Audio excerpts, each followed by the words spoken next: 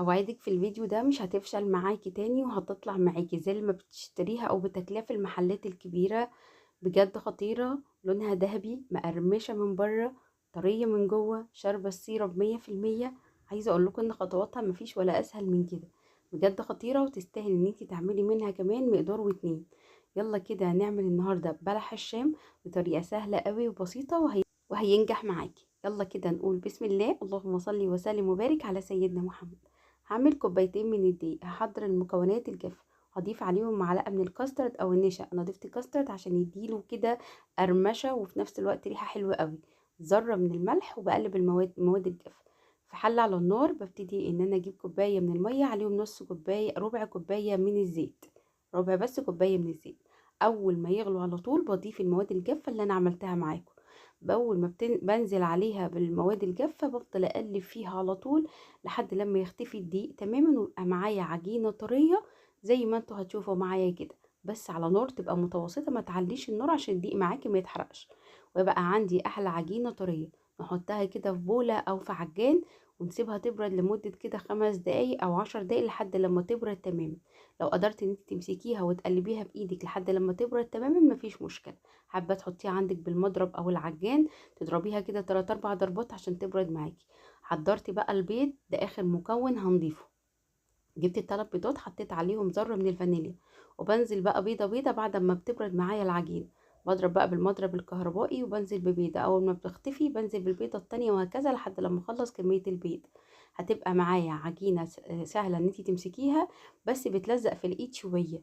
بفضل اضرب فيها لحد لما يختفي البيض تماما، ولمت معايا العجينه وبقت تمام. خلصت العجينة وتمام. تعالوا بقى نحطها في كيس حلواني، وابتدي ان انا استعمل التب رقم 9 FT، عشان اقدر ان انا اشكل ويطلع معايا نفس الشكل بتاع بلح الشام اللي بتشتريه من بره. في زيت بقى يكون بارد، ما ولعتش البوتاجاز خالص.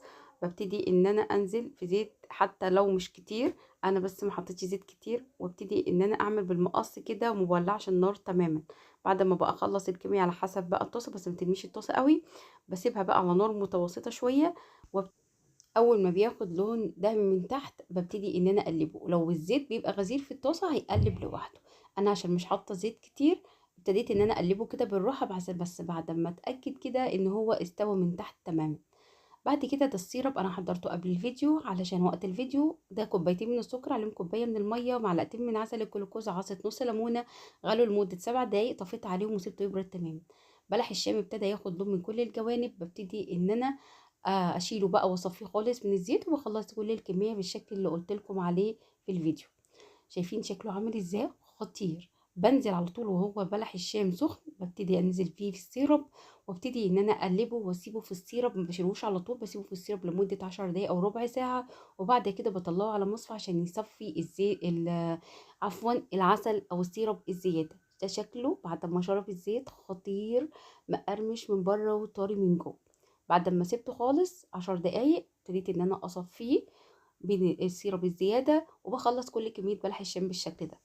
القرمشة خطيرة بجد، مهما قعدتيه عندك يومين 3 هتفضل القرمشة موجودة، والرسمة ثابتة. بجد خطير. شايفين شكله عامل ازاي ولونه ذهبي؟ ده سر معلقة الكاسترد او النشا، بتديله قرمشة وتفضل ثابتة معاه. بجد أنا متأكدة انه هيعجبكم جدا. يا رب النهاردة يكون الفيديو عجبكم، هتوحشوني الفيديو الجاي. استودعكم الله، والسلام عليكم ورحمة الله وبركاته. مع السلامة.